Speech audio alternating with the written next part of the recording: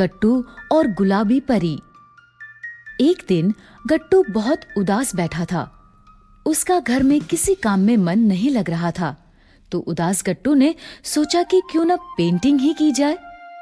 गट्टू ने अपनी drawing sheet पर पेंटिंग करना शुरू किया और पेंटिंग में उसने प्यारी प्यारी तितलियां बनाई और बनाई एक प्यारी सी गुलाबी परी।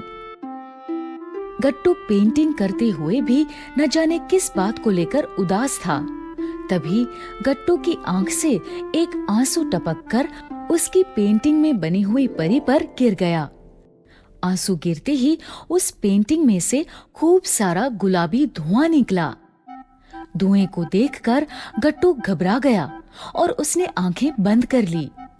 थोड़ी देर बाद जब गट्टू ने आंखें खोली तो उसने देखा कि उसके सामने एक गुलाबी परी खड़ी है, जो बिल्कुल वैसी ही है जैसी कि उसने पेंटिंग में बनाई थी।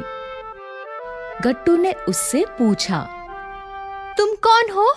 मैं मैं हूँ कैंडी, वही गुलाबी परी जो तुमने अभी अभी बनाई थी। गट्टू आंखें फाड़ फाड़ कर अपनी पेंटिंग को उस परी से कंपेयर करने की कोशिश करता है। अरे हाँ, तुम तो यही हो, गुलाबी परी। लेकिन तुम यहाँ क्यों आई हो? जो बच्चे उदास होते हैं, मैं उन्हें पिंक कैंडी देने चली आती हूँ। गट्टू के चेहरे पर एकदम से स्माइल आ जाती है। सच? तुम मुझे पिंक कैंडी दोगी? लेकिन उससे पहले तुम्हें मुझे बताना होगा कि तुम इतने उदास क्यों हो। गट्टू का चेहरा फिर उदास हो जाता है और गट्टू कहता है, मम्मी कहती हैं कि मम्मी इस बार मुझे नानी के घर नहीं ले जाएंगी। क्यों? इस बार मम्मी केवल चिंकी को साथ ले जा रही हैं। और ऐसा क्यों? क्योंकि मम्मी कहती है कि तुम बहुत बिगड़ गए हो गट्टू। ना ही बड़ों की बात मानते हो और ना ही उनका सम्मान करते हो। इस बार मैं तुम्हें नानी के घर नहीं लेकर जाऊंगी। चिंकी, चिंकी, कुछ करो ना, नहीं तो माँ इस बार मुझे नानी के घर नहीं लेकर जाएंगी। फिर मैं नानी के बगीचे के अमरूद और जामुन कैसे खाऊंगा? गट्टू, इस बार माँ तुमसे बहुत नाराज है। लगता है इस बार सच में माँ तुम्हें पापा के पास छोड़ के जाएंगी। रो मत गट्टू।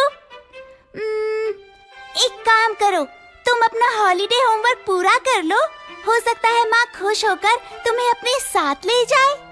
और अगर फिर भी नहीं ले गई तो फिर अब कोई चमत्कार ही तुम्हें नानी के घर ले जा सकता है। चिंकी कहती है कि अब कोई चमत्कार ही मुझे नानी के घर ले जा सकता है। चिंकी बिल्कुल ठीक कहती है, तो चलो चमत्कार करते हैं। गट्टू, अगर तुम्हें नानी के घर जाना है तो तुम्हें मेरी हर बात माननी होगी। सबसे पहले तुम्हें रोज अपना होमवर्क टाइम से खत्म करके 1 घंटा माँ और दादी के साथ बिताना होगा और पापा की फाइल्स उनकी मेज पर जमानी होगी। ठीक है। अब मैं चलती हूँ और हाँ, याद रहे मैं हमेशा तुम्हारे साथ रहूंगी। इतना कहकर परी छू करके गायब हो गई और जहाँ से आई थी वहीं चली गई। गट्टू ने अपनी ड्राइंग बुक बंद करी और वहीं लेट गया।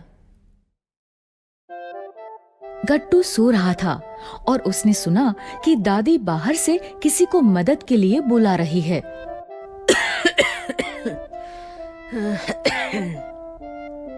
कोई है चिंकी? गट्टू।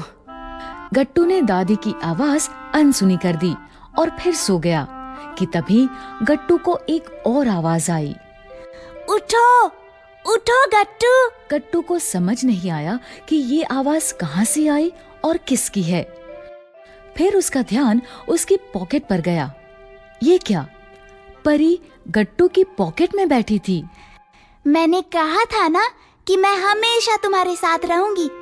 जाओ, बाहर दादी तुम्हें बुला रही है। लेकिन बाहर गया तो दादी पक्का मुझे कोई ना कोई काम बता देगी। गट्टू, चमत्कार होते देखना है ना। इतना सुनकर गट्टू तुरंत उठकर बाहर जाता है। गट्टू, गट्टू, मेरे दूध का टाइम हो गया, घर में कोई नहीं, जरा मुझे दूध ला दो। गट्टू चलो किचन में। लेकिन ये तो ठंडा है, माँ ने गैस जलाने को मना किया है। अब मैं क्या करूं? दादी को भूख लगी है। अरे ये क्या, तुम्हें जादू भी आता है? एक काम करो, दादी से कहो कि आज वो ये छाछ पी ले। ये सही रहेगा, और छाछ तो ठंडी ही पी जाती है। अच्छा हुआ तुम मेरे लिए छाछ ले आए गट्टू, मेरा कल से छाछ पीने का बहुत मन कर रहा था।